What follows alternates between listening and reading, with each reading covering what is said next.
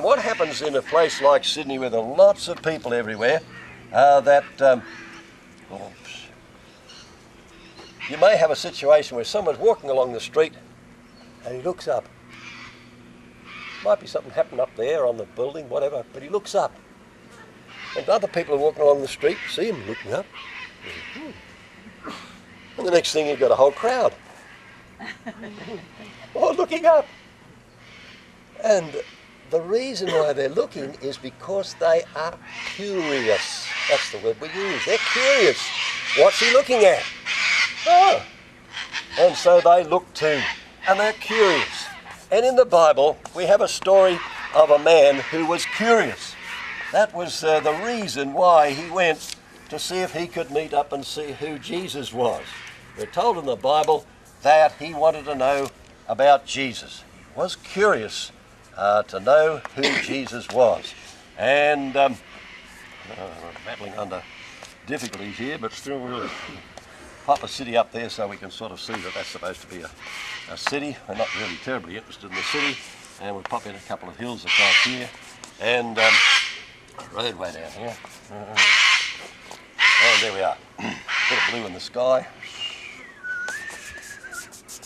He was curious to see who Jesus was, and so he joined a crowd that were also curious. The whole town was curious. They heard that Jesus was coming and they wanted to see him, who he was. They were curious about this man called Jesus. They'd probably heard stories of some of the things that he had done, some of the times that he healed people of various illnesses and diseases and things. Perhaps this man that sat down here in the gateway begging, there he is, sitting down there in the gateway, a beggar. Perhaps he had heard. Perhaps he was hoping, because we have a story about a blind man in this city, but that's another story. And this man who was curious wanted to see Jesus, we're told. And so he joined the crowd. But when he got down along the street, he found that the place was just chock-a-block full of people all along the roadway.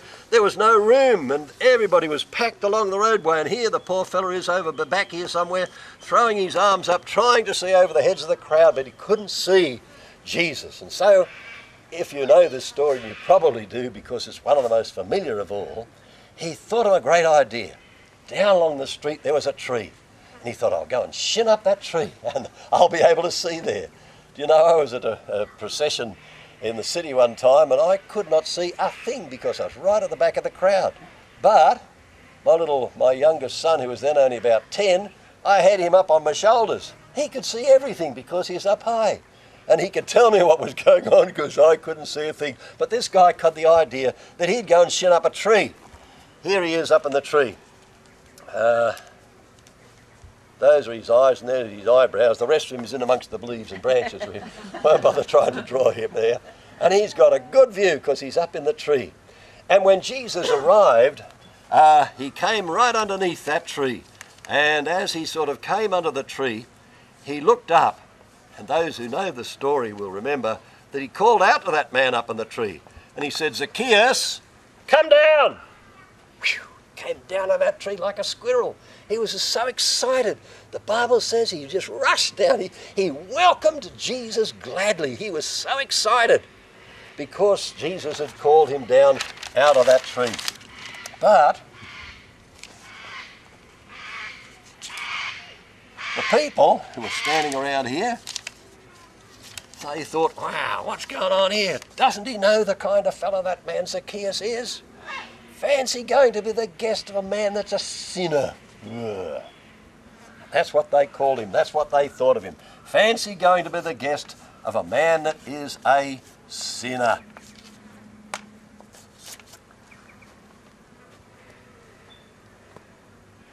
If you're talking to children or people that don't know, you need to explain what you mean by sinner. Because it's all very well to say that someone is a sinner, but what does that mean? Now, I'm a children's man and I work with children all the time. And if I ask children what sin is, they always have just one answer. They always tell me that sin is doing something wrong. That's a simple answer, that sin is doing something that is wrong. Now that's quite correct. Sin is doing something wrong. In the Bible words, sin is the transgression of the law. That's a big word, isn't it? But it simply means doing something that's wrong. Sin, that's right. The children tell me that sin is doing wrong.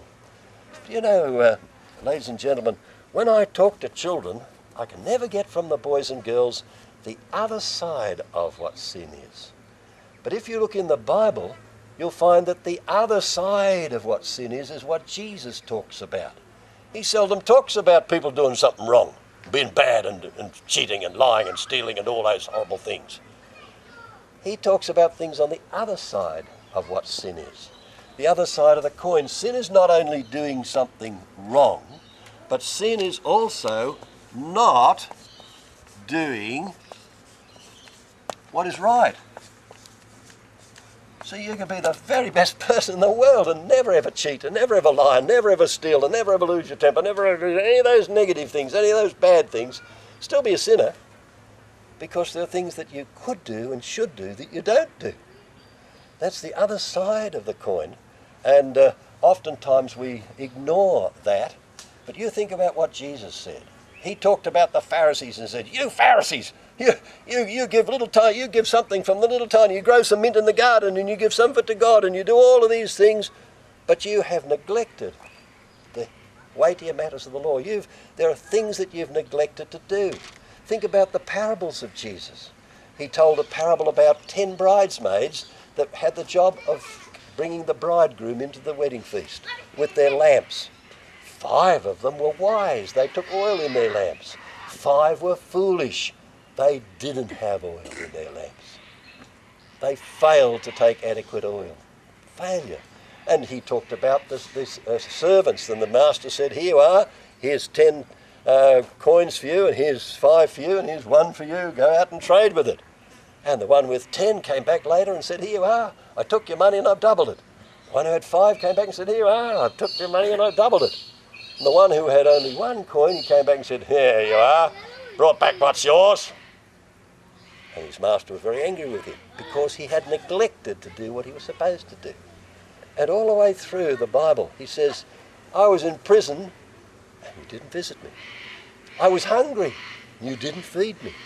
I was naked and you didn't clothe me." See how much in the Bible talks about what we don't do rather than what we do do.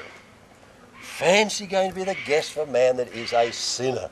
From their point of view, he was a horrible person because he worked for the Roman conquerors who were in power at the time. He collected taxes for them, and all the tax collectors were hated then and probably now. None of us have ever liked parting up with taxes. It's as old as the hill. Taxes. Everybody has to pay taxes. So they called him a sinner. What I want you to notice is what Zacchaeus said to Jesus. It's beautiful. He said to him, "Lord, half my goods I will give to the poor. And if I have cheated anybody, I will pay them back 4 times as much." Wow, what a difference meeting Jesus has made for this man. Half my goods I'll give to the poor, and if I've cheated anybody, I'll pay them back 4 times as much. And Jesus said, salvation. Oh, that's a big word. Salvation has come to this man's house. Salvation. This man has experienced salvation.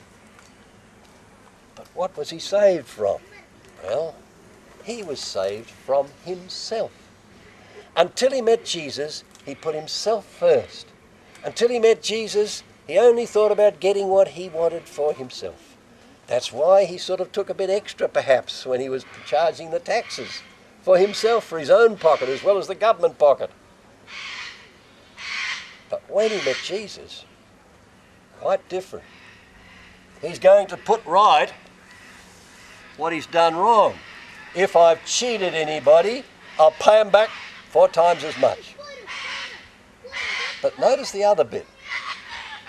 Half my goods I'll give to the poor. Hey, the people who are poor must, their ears must have been, well, hey, listen to you, I'm poor. Oh, well, I might be going to get something out of this. Half my goods I give to the poor.